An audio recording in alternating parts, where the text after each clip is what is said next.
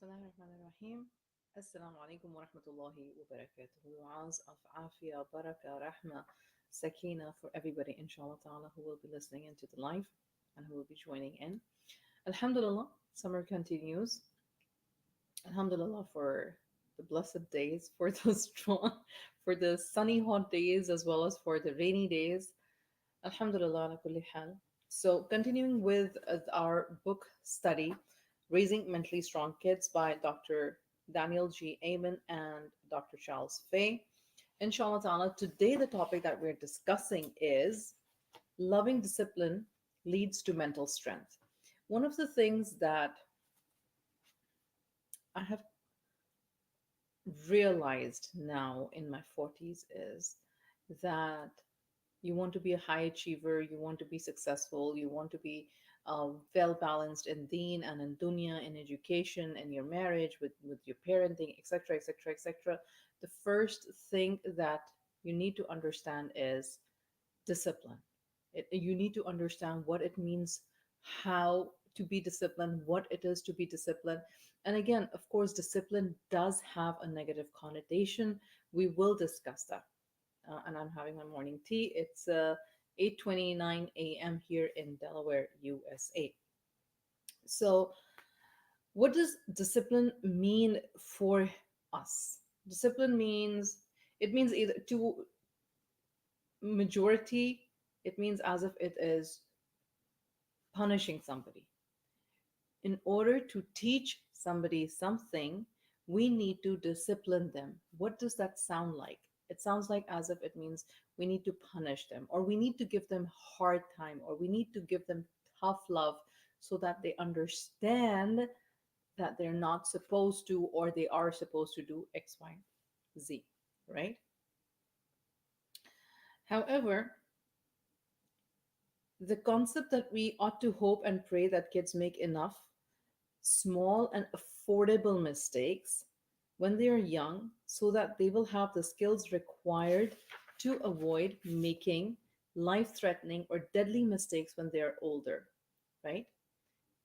So that they can avoid deadly mistakes when they're older. Let me have a sip, inshallah.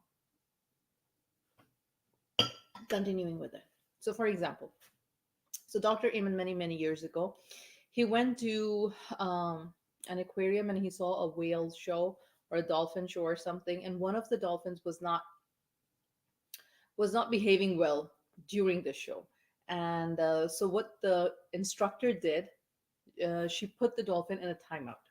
Like she separated the dolphin and she said, "Okay, you stay there and we'll continue with the show." Later on, the instructor asked the audience, "Do you all have do you have any questions for me?"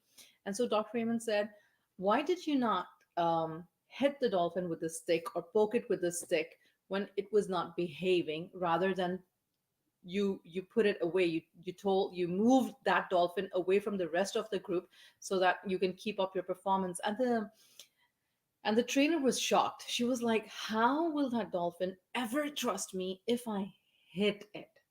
Right? Now, we're talking about dolphin. It's a highly intelligent animal species. Yes, we do understand that. But regardless, it's not a human being. And as humans, we understand that even when we hit animals, animals do not trust the humans. So, what about hitting our children while trying to discipline them? Are they going to trust us? Absolutely not. Absolutely, they are not going to trust us. So, discipline basically, of course, not going into much detail, but discipline is from a Latin word and it basically means to train or to teach. It does not mean to punish or penalize for the sake of enforcing obedience or perfecting moral character. It does not mean that. It does mean in to help people learn to self control. To help people learn to self control. So in the early 30s, there was the authoritarian parenting came into being. And then there was a revolution, and then permissive parenting came into being.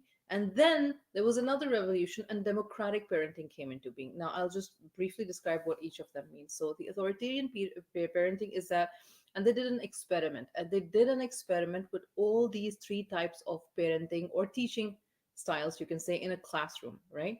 So with the authoritarian teaching style, in which whatever the teacher says and whatever the teacher wants you to do, you do exactly that, nothing more, nothing less, to the T. You follow the orders. You do not think, you just follow the orders. You just do what you're supposed to, and what you're asked to do or what you're told to do, right? So it sounded like, when I tell you to jump, you ask how high. You don't ask me, why am I supposed to jump? You don't ask me, where am I supposed to jump? You don't ask me, why should I jump? What if I don't want to jump? Nothing. When I ask you to jump, you ask how high. That is authoritarian, right? The permissive was that you can make the decisions by yourself. You can do whatever you need to do. It's okay as long as you just don't bother me. As long as you just don't, you're not in my way. You're fine. Go ahead.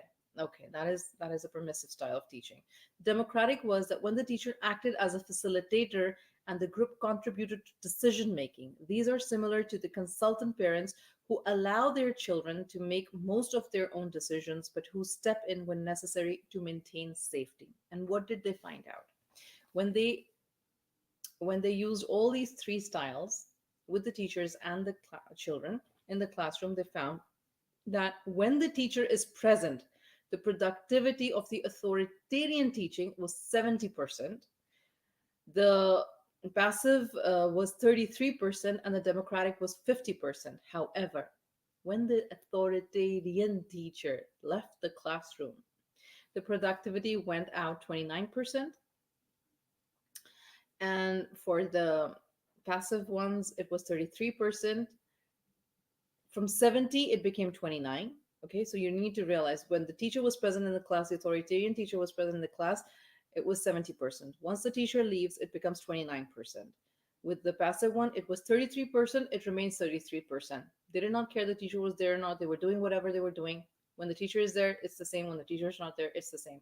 But when with a democratic teacher, what happens is, when the teacher acts like a consultant, it's 50%. When the teacher leaves, it's still 46%, because they all know what they have to do. They know their role, they know their place, they know what they're supposed to do. They continue doing their work. They have a goal, a set goal, they finish it regardless whether the teacher is there or not there. She has already, or he has already facilitated their need. They don't need the teacher, right?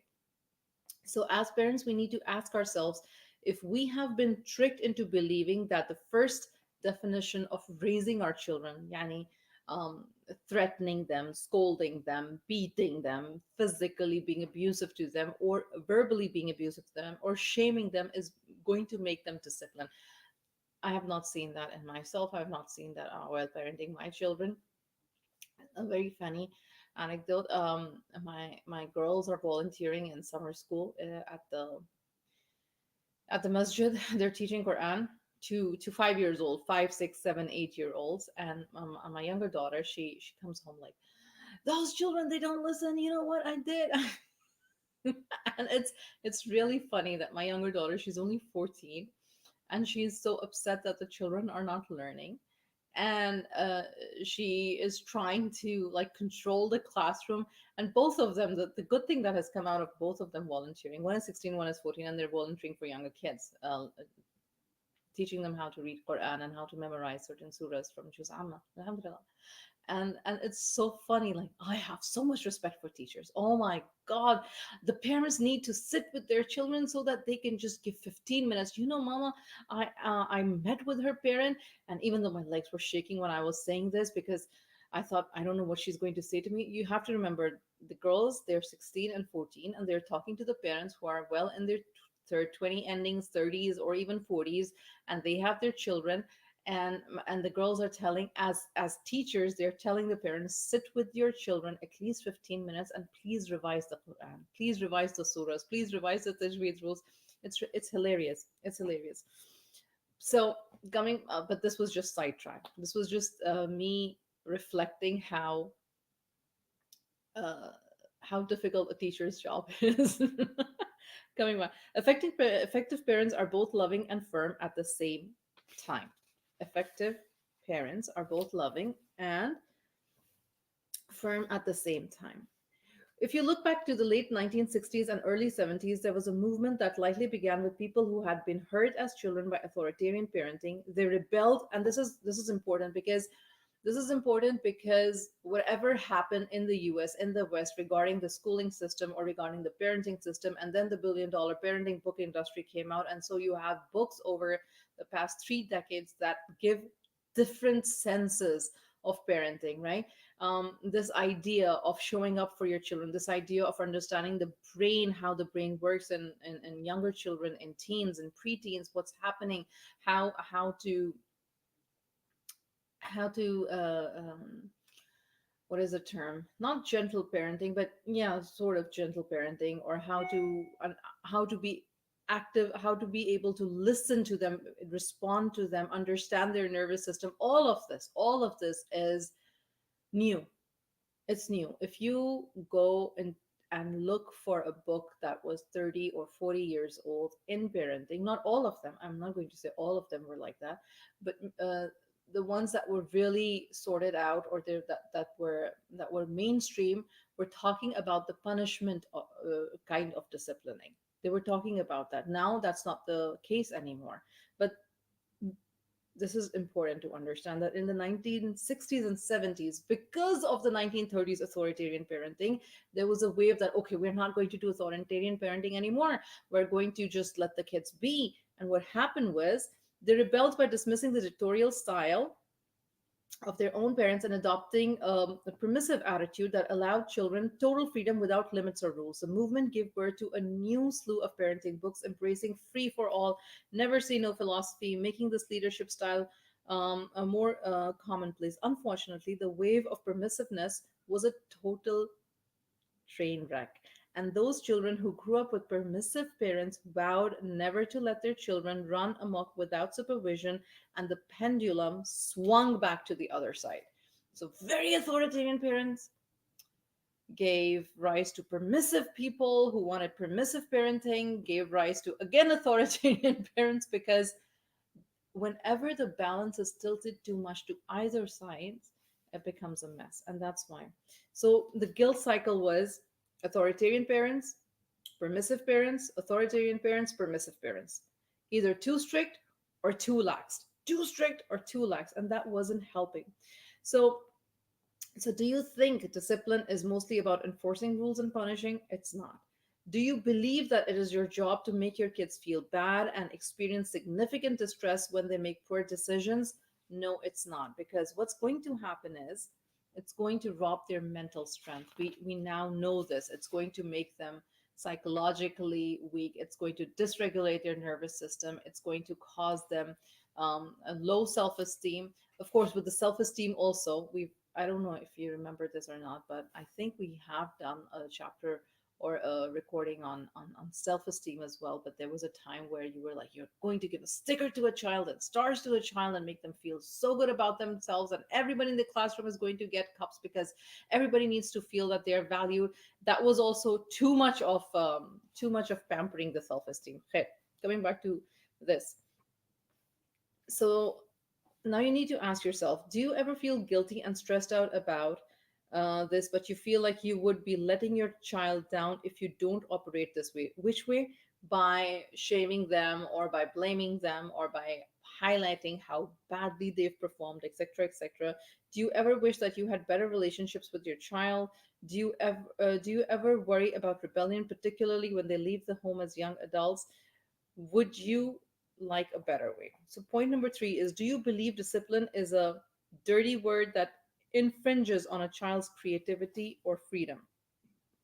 If you believe that, but well, probably because you're allowing your children to live without, then what happens is, if you have a strong negative connotation about the word discipline, then what happens is that you allow children to live without rules, avoid enforcing limits, steer clear of sharing their expectation for a child, allow children to behave badly without correcting the behavior, encourage individualism over good of the collective family unit. And we've seen this a lot. We have seen this a lot.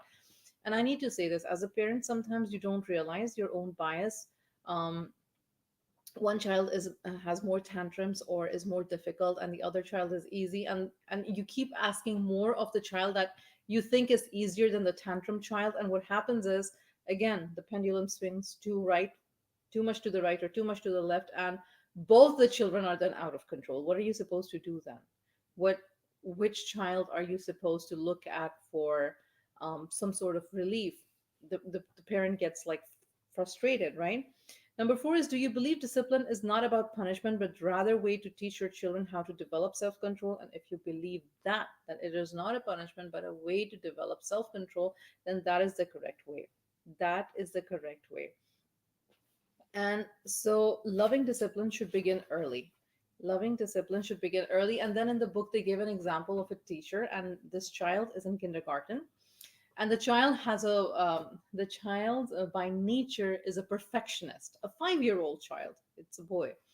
And this 5-year old is a perfectionist, and he gets very frustrated when he is coloring with his crayons and the coloring gets out of the lines. When the color, like by accidentally he colors out of the lines, he starts crying, he gets frustrated, he says, oh my god, the picture is spoiled, the picture is spoiled. And so one day the coloring went out of the lines more than usual, and he started crying, and in that frustration he broke the crayons.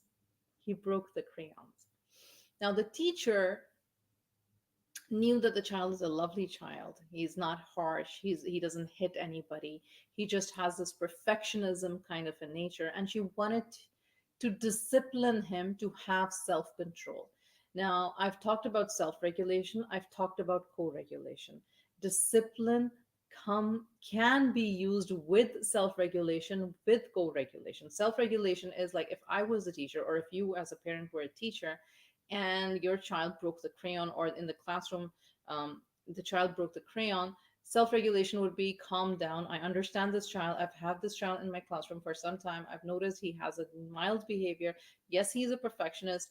Yes, he's frustrated that he has colored outside of the lines. He's only 5. He's learning, self-regulating myself, telling myself, listen, it's not the end of the world. It's really not the end of the world. He's just a child. His emotional brain is working more than his logical brain. It's okay.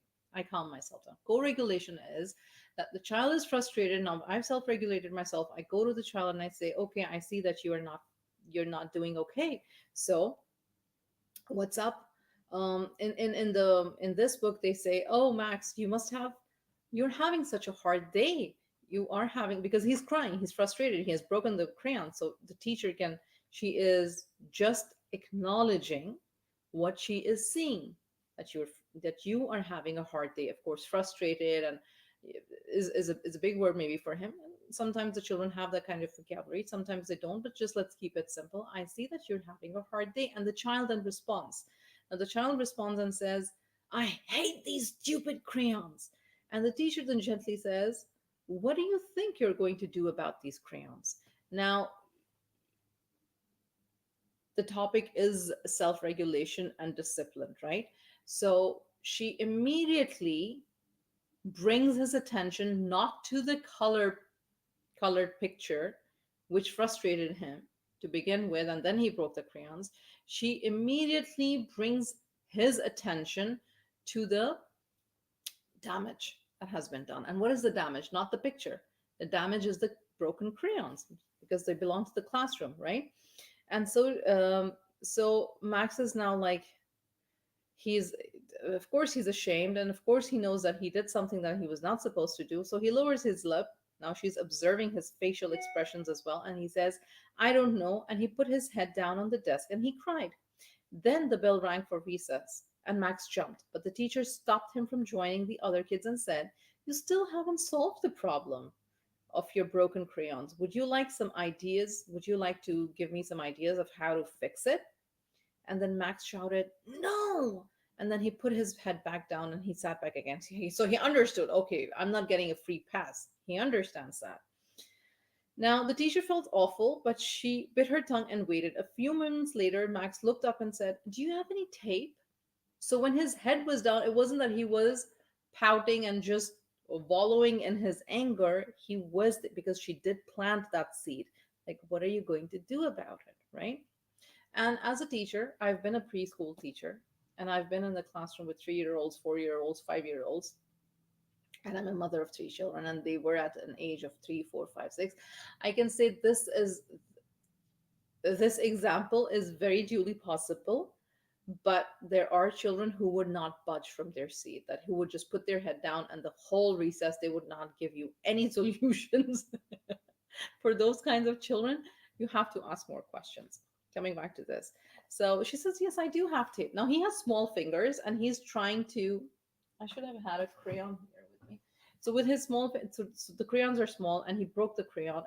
And so with his small fingers, he's trying to tape the crayon by himself, and he's not doing very well. He's getting frustrated, but he keeps trying, to the point that the 3 or 4 crayons that he broke, he was able to fix them, and now he's super happy. And but what happens in the meanwhile, the recess bell rings, so everybody that was out playing, they come back in. Now the teacher is expecting him to throw another tantrum, that, oh, this took so long, and but the child doesn't do that. Surprisingly, the child is happy, the child is fine. He had a problem, he fixed the problem. For him, uh, fixing that problem was more important rather than going out for the recess or not being able to play at the recess. And he was satisfied. And so what he does is that she feels that he will be like he will not be in a good mood because he missed his recess, which was not true. Again, he was fine when the kids came in and he played with everybody, and end of the story. What does the story teach us? The story teaches us that if we give our children a chance, if we give our children a chance to come up with the solutions to little problems when they are younger, they will learn to be more responsible, rather than us hovering over them and trying to fix their problems and trying to tell them how they should fix their problems and trying to expect that they will fix their problems exactly how we've asked them to, not letting them think outside of the box. So discipline goal number one should be, and the acronym is MAP, MAP. What is a MAP? It's model healthy behavior. And I'll give you an example. And in the book, they give an example. They say that once a father took his young teenage son to a camping trip with his other friends. Now, these are non Muslims, okay? So the father went, after he brought his son to the camping trip, he realized all the other men, the adult men, they were drinking, and they were not using very good language. They were using foul language. And the father felt so guilty. He was like, why did I bring my son? Right? Why did I bring my son to this? And the thing is, what he did not realize was that the son saw that how his father behaved.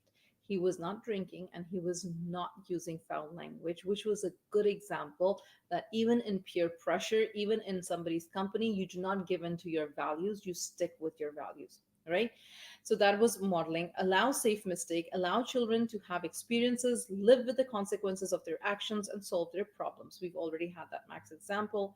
Provide empathy.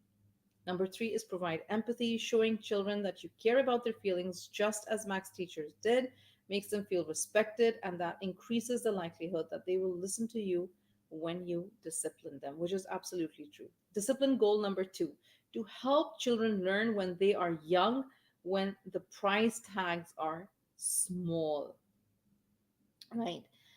Um, which means that they might break something, which means that they might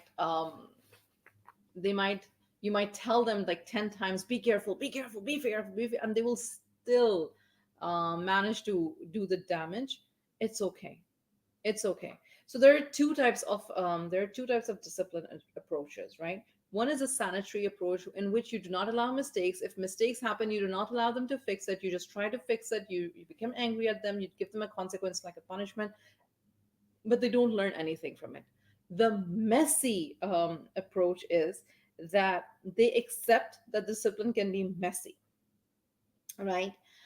They give an example of they give an example of a young child, a kindergarten child. Listen to this. The messy approach was that every morning it was very difficult to wake the child up. It was very difficult to get the child to get dressed. It was very difficult to feed the child breakfast. It was very difficult for the child to drop off but they were trying to make a routine. Both the parents were working, and every day was a mess. The every day was like but they were trying to do the sanitary approach. We are disciplining you, you shouldn't, you need, this is every day's routine, you know that we have to get up, you know that you go to school, you know that you have to change, you know that you have to brush your teeth, this is every day, why are you doing this, blah blah blah. That is a sanitary approach. The messy approach was the parents decided, and because it was a kindergarten, or so they said, let's change, and the child said, no, I'm not going to change. They said, okay, we're going to put in the clean clothes in your backpack. If you feel like changing, you can ask your teacher to help you change. Okay, this does happen here, like in preschools and in kindergartens. This is allowed, of course. And if you're in an area where children are wearing school uniforms, then this will not pertain to you. But just for the sake of an example, this is how it was. Then the child was not eating breakfast. They said, okay, you know what? You have your lunch whenever in the classroom it's time for lunch, you will be able to take lunch. Otherwise, you won't have anything. Okay, fine. Now they did inform the school that this is what is happening at home and this is what we're trying. It was weeks. It took them weeks. It took them weeks, 3 weeks, 4 weeks. But the child started to dress up. The child started to eat before leaving. The child started to not whine about it. The child understood that whatever I'm doing, it's causing me a problem. Nobody else is bothered. I'm still going to school, but I'm still not I'm not neatly dressed like other people. I'm still very hungry. I don't want to wait for my food for that long. So it's better that I eat my food. It's better that I dress up by myself. It's really embarrassing to get dressed in front of other children or at school. And so over the few weeks, Benny started making some decisions on his own, like having something to eat and putting on his clothes before leaving the house. His parents didn't have to punish him or nag him, but they did have to be willing to let things get a little messy for a while. In our parenting coaching, the parent coaches always tell this to their parents, let it be messy. It is okay. It is okay. You do not have to sanitize everything. Okay. Discipline goal number 3, to help children develop self discipline so they can experience freedom. What does that mean? It means that we hear the tweens and teens as if they would like more freedom. Most of them think freedom should be just handed to them. What they don't realize is that freedom comes at a cost. On a societal level, it comes at the cost of many brave men and women who, okay, on a more personal level, it requires self-control and responsibility. As we tell the adolescents and teens we counsel, the secret of gaining more freedom is to become the kind of a person that does not need to be micromanaged. When a child proves that they are responsible, respectful, and resilient, the doors to freedom open wide. Walaikum assalam wa rahmatullahi, Sister Salwa. Discipline goal number 4, to help them learn how to remain mentally strong in the face of hardship. If our children are protected from hardships, they won't become the courageous, capable, and character-filled people we hope they will. Instead, they may become adults without the common sense or grit to wrestle themselves out of wet paper bag. Like, for example, if you're just taking them out of all the problems that they're facing, or if you're coddling them too much, they will not develop the kind of characteristics that they need to develop. Discipline goal number 5, to preserve our sanity and our relationships with our children.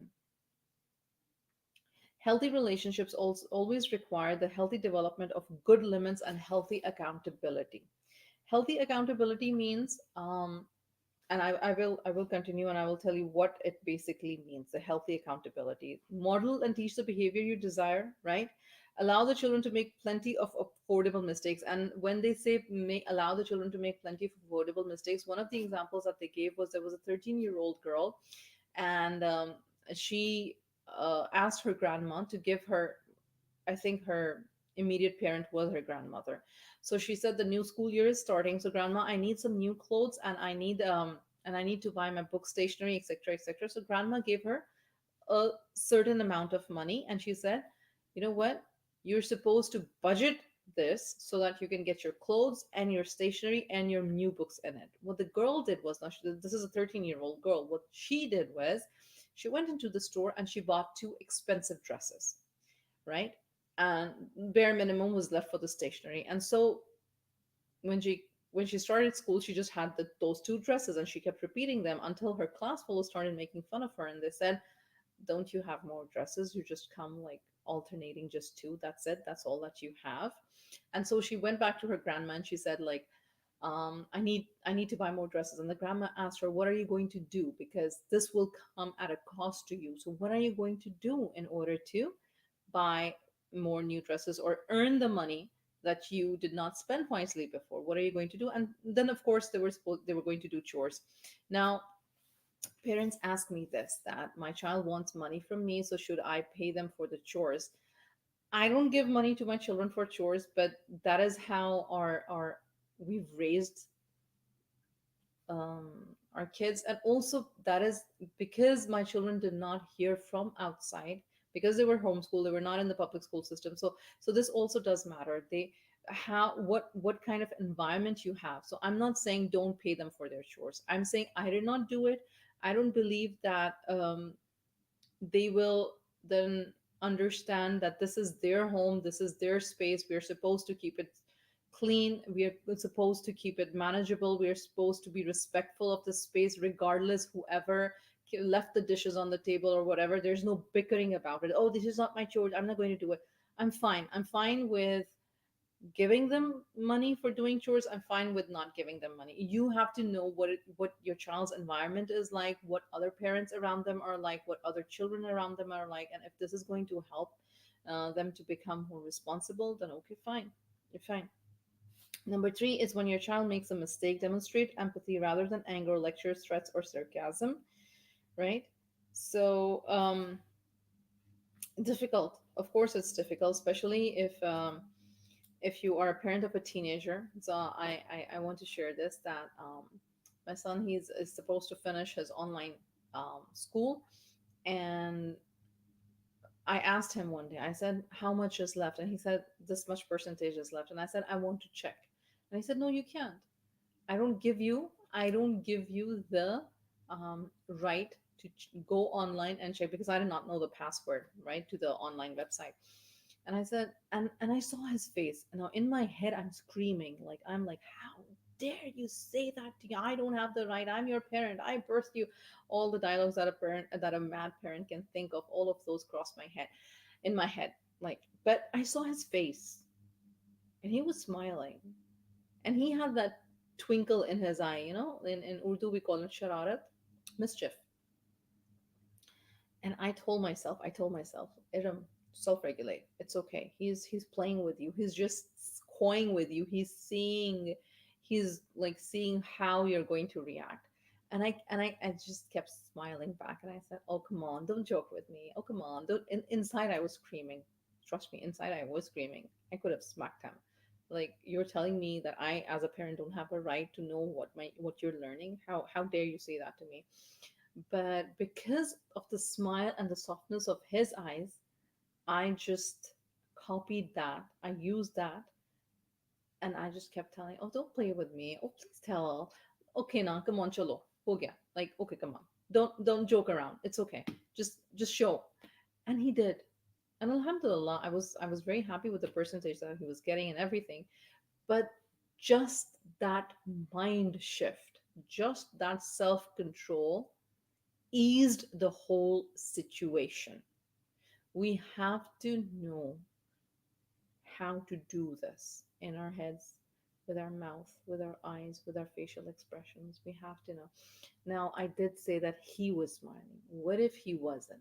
What if he had an angry face? I would have still persisted, but after some time, once he had calmed down, maybe in a day's time, but not in that moment. I would have stepped out of the room. Would have I had a facial expression of like anger? Probably. Disappointed? Yes, yes, I'm not going to lie. But I would have left the space. I wouldn't have persisted or insisted that now because I said so wouldn't have been the case. Number four, when possible, give your child an opportunity to solve the problem, right? So again, it's difficult with that.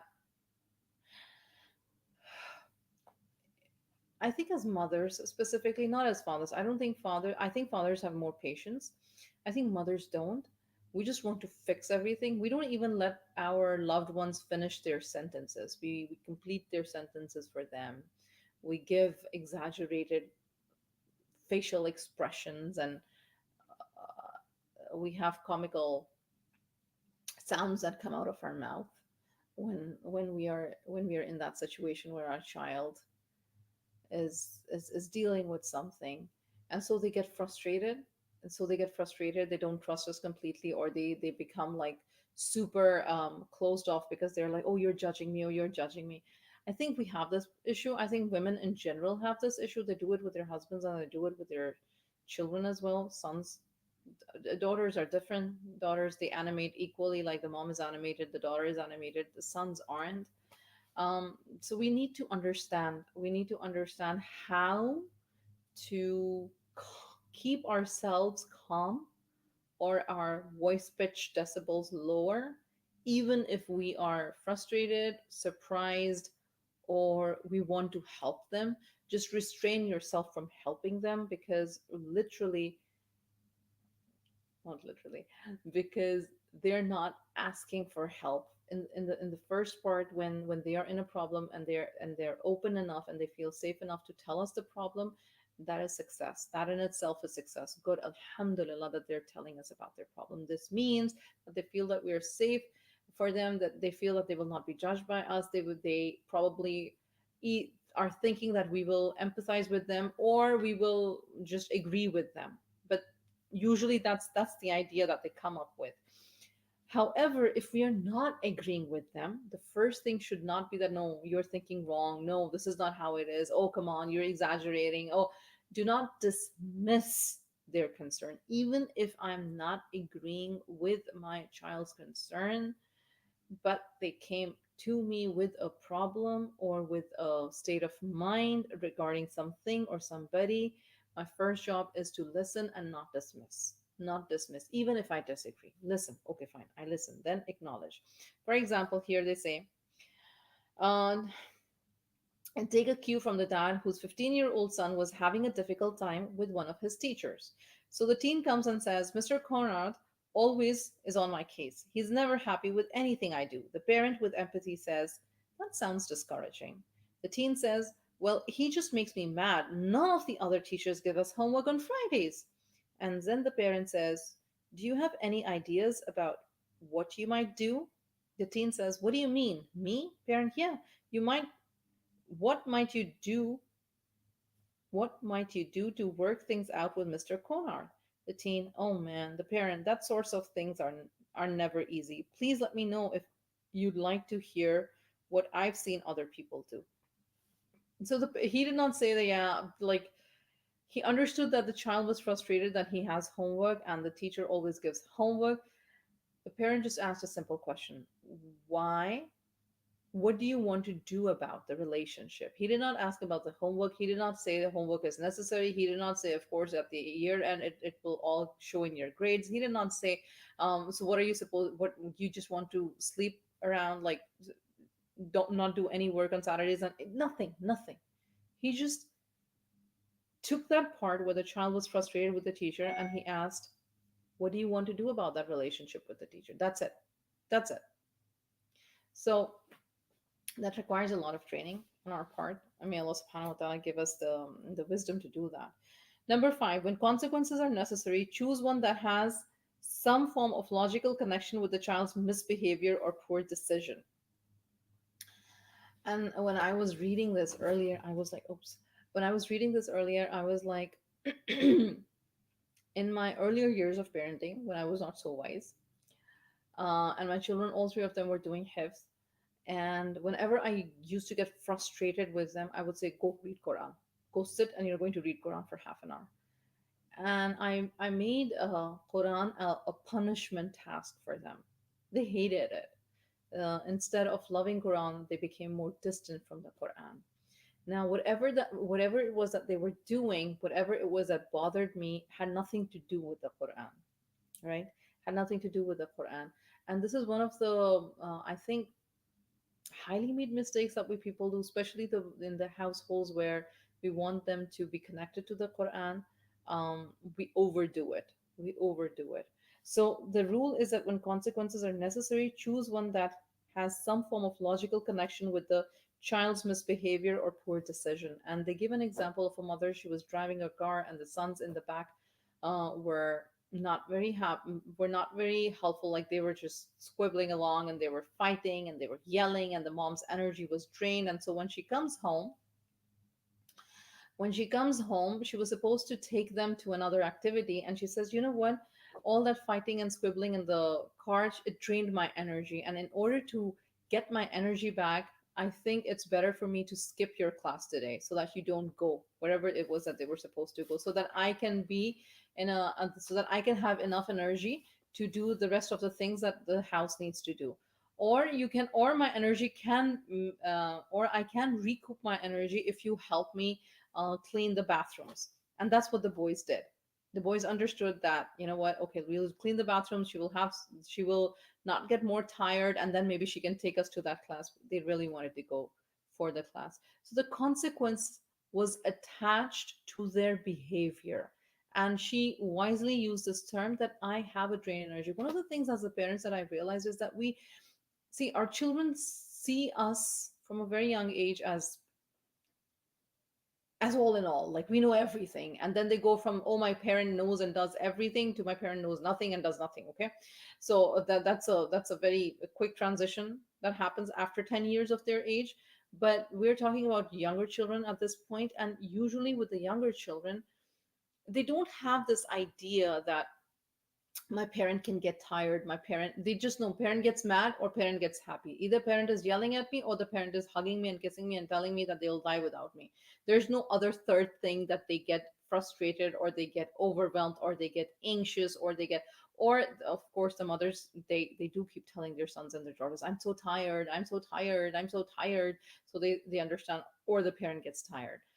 Why do they get tired? What is the energy drain? What makes them anxious? What, I'm not saying that we need to put our emotions, or we need to make our children guilty for our emotions, but we need to let them see that as human beings, their behavior affects us and our behavior affects them. And of course, the rule number one here, how to teach them this, is to be respectful to our children in the first place, to be empathetic, respectful, acknowledging, validating, to be open in conversations, to not shame them to a point where they start feeling about disgusting about themselves, right?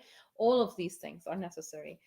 So the action steps at the end of at the end of today's life, inshallah ta'ala, would be: remind yourself that every mistake your kid makes when they are younger is an opportunity for them to develop skills that will help them make fewer bigger mistakes in their later years. It's okay that they make mistakes in their younger years. It's okay. They need to know, to learn to resolve. They need to learn problem solving without being scared of us or of punishments, right? Every mistake handled with love and firmness is an opportunity for learning.